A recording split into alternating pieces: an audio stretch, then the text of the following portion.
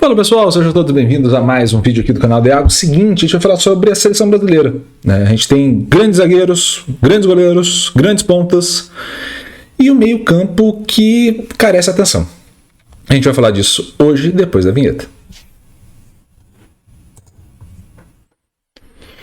3, 2, 1. Seguinte, pessoal, a gente vai falar hoje sobre esse meio-campo da seleção brasileira. E aí passando por cada um deles, tá? Então a gente tem uma vantagem em termos de análise, que o João Gomes, depois a gente vai falar sobre o Douglas Luiz, o Andreas Pereira, o Lucas Paquetá, também o Bruno Guimarães, todos eles jogam na Premier League. Então você acaba entendendo os conjunto de dados e variáveis que eles têm a partir de uma mesma base. Isso é mais fácil de entender, tá? No caso do Ederson, a comparação depois eu destaco um pouco mais ele especificamente na Série A Team, né, no campeonato italiano, mas a princípio a gente pode comparar esses 5 numa mesma base e aí posição por posição. Vamos comparar primeiro a posição que eu acho que vai ser uma fundamental pro Dorival Júnior, que é justamente a de volante. Então a gente vai ter ali, no caso, João Gomes e Douglas Luiz disputando essa posição. E aí na convocação está muito claro quais são as disputas de posição, tá? Nesse meio campo. Você tem o João Gomes e o Douglas Luiz disputando a posição de volante. Você tem o Bruno Guimarães e o Ederson disputando uma outra posição no meio campo. E você tem o Paquetá e o Andreas Pereira disputando essa posição um pouco mais à frente, tá? Então nessa primeira você tem o João Gomes com o overall 51, então a nota 51 para a temporada que ele teve. E aí você tem um cara que não necessariamente vai ditar o ritmo, não necessariamente vai progredir em campo, não é esse cara especificamente, mas é um cara de recuperação e proteção. Então é um cara que à frente da linha da zaga vai te dar uma sustentação muito importante para você recuperar a bola e para você se proteger do adversário. Então essas são as duas principais características desse cara nesse momento, e é o que fez ele ter esse espaço na seleção e já tinha aquele espaço no Flamengo do Dorival. É um cara que recupera muito bem essa posse, não necessariamente vai encontrar passes longos ou vai fazer essa equipe progredir tanto, mas vai fazer com que você recupere a posse, pelo menos isso. Isso ajuda demais na hora de você conseguir manter e aí sim progredir. Então você vai, nesse caso, ter um cara de recuperação. No caso da área de atuação, a gente vai ver um João Gomes que atua quase que no meio campo como um todo, né? E aí você não está necessariamente falando em chegadas à área, você está falando em marcação, em recuperação da posse, quase que no meio campo como um todo, né? De área a área, digamos assim, tá?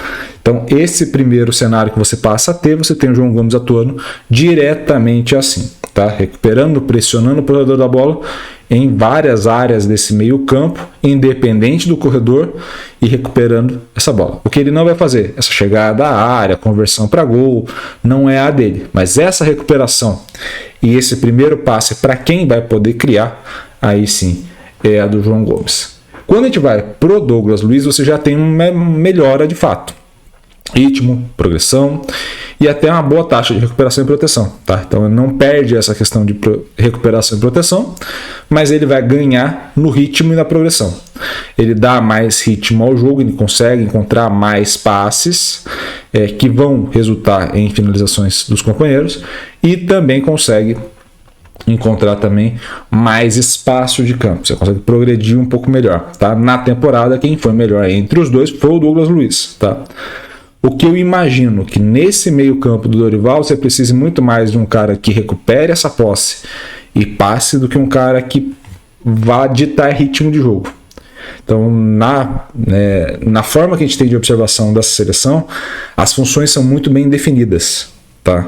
O que pode ser muito bom no primeiro momento, mas pode ser muito limitante no segundo. Você tem ali de fato uma recuperação da posse, uma proteção dessa zaga feita pelo volante, mas não necessariamente você vai ter, por exemplo, um cara que vai dar um apoio um pouco maior na linha de frente, tá? E aí, no caso, o Douglas Luiz seria esse cara de ter uma variação um pouco maior. Eu acho que nesse primeiro momento, principalmente na Copa América, a gente vai ter um meio campo da seleção que não faça essa variação, que fique ali mais posicionado, tá?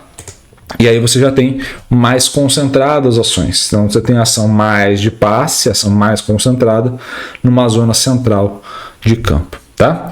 Quando a gente vai para os demais, a gente chega agora no Ederson, que teve uma nota alta, né, basicamente 69, ali 70, na Série A Team, no campeonato italiano, você passa a ter o seguinte: um cara que não necessariamente finaliza muito, não é um cara de ditar ritmo de jogo, de progredir em campo, mas é um cara de proteção, é um cara de recuperação da posse, é um cara que vai se destacar ao longo da competição como um cara que recupera e consegue proteger melhor essa zona de atuação da equipe do Atalanta.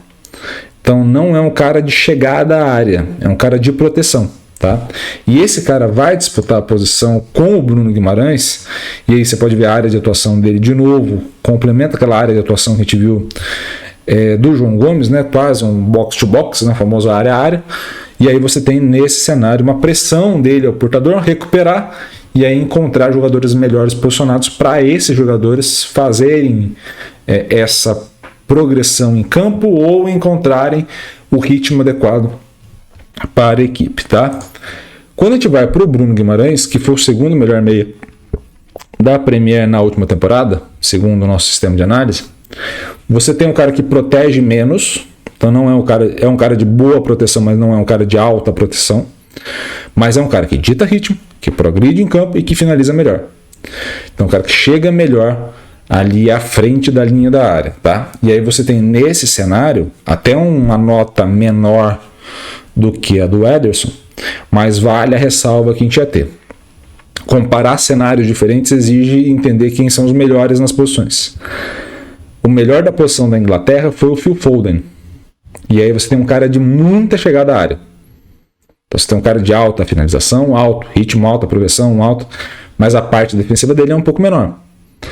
Quando você vai para a Itália de maneira geral, quem foi o melhor foi o Hakan Çalhanoğlu da Inter. Então você passa a ter um outro perfil, onde se valoriza mais o ritmo e a progressão, mas se valoriza também a recuperação, a proteção, a parte de defesa.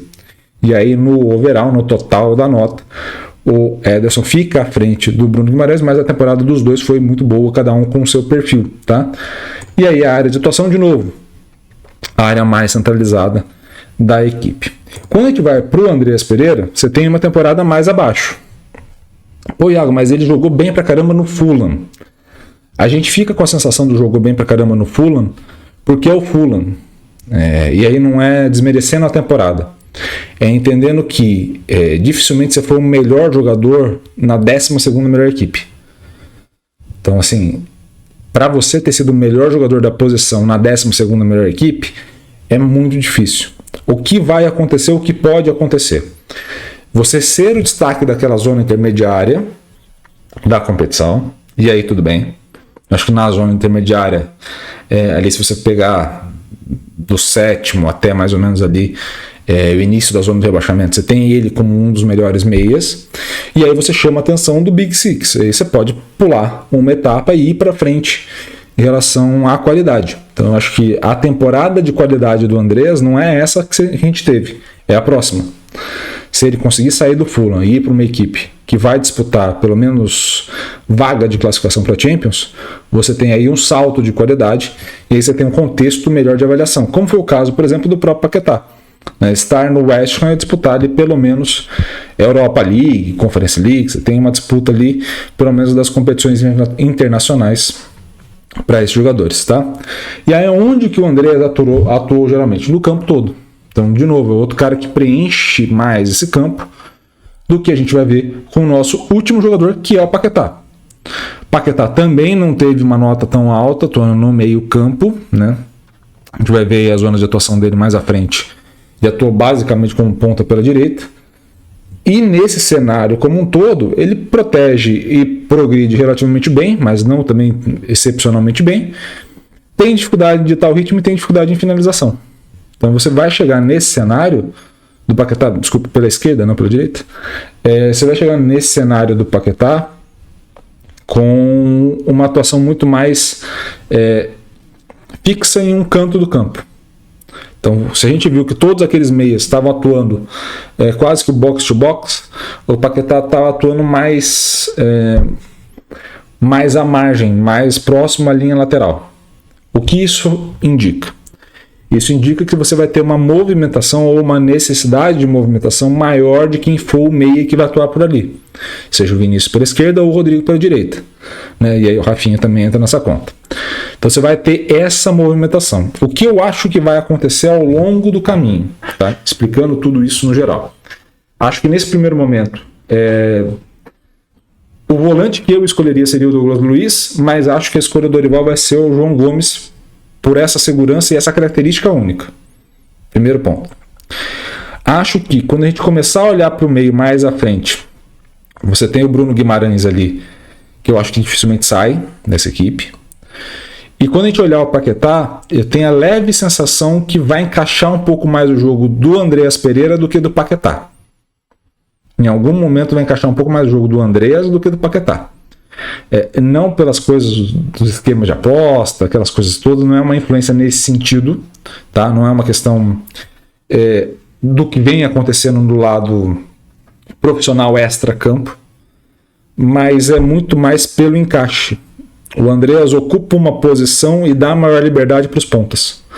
Então aí você tem o Rafinha, o Rodrigo e o Vini atuando, movimentando de fato, e o Andreas é um cara que pode atuar dando suporte. Você não tem um cara como o De Bruyne, por exemplo, você não tem um cara como o Phil Foden, por exemplo, um cara que vai chegar e vai resolver o teu jogo através do meio campo. Já que você não tem esse cara, você vai precisar de caras de suporte.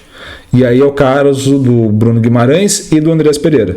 Caras que vão dar suporte para esses três jogadores de frente, né?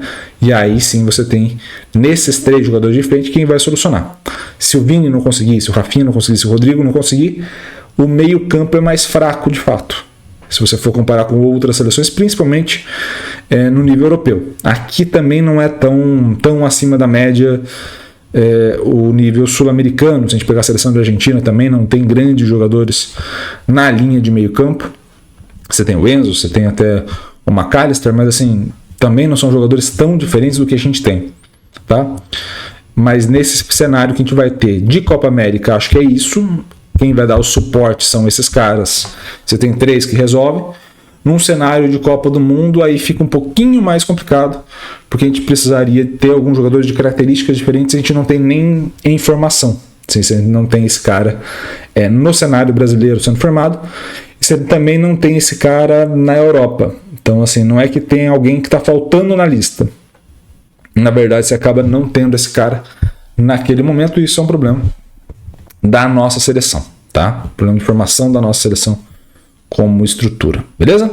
Espero que vocês tenham gostado desse vídeo. Se gostou, curta, comente, compartilhe esse vídeo com o máximo possível de gente. E é claro, se inscreva no canal e ative o sininho para receber todas as notificações. Um grande abraço a todos, um beijo e até mais. Valeu!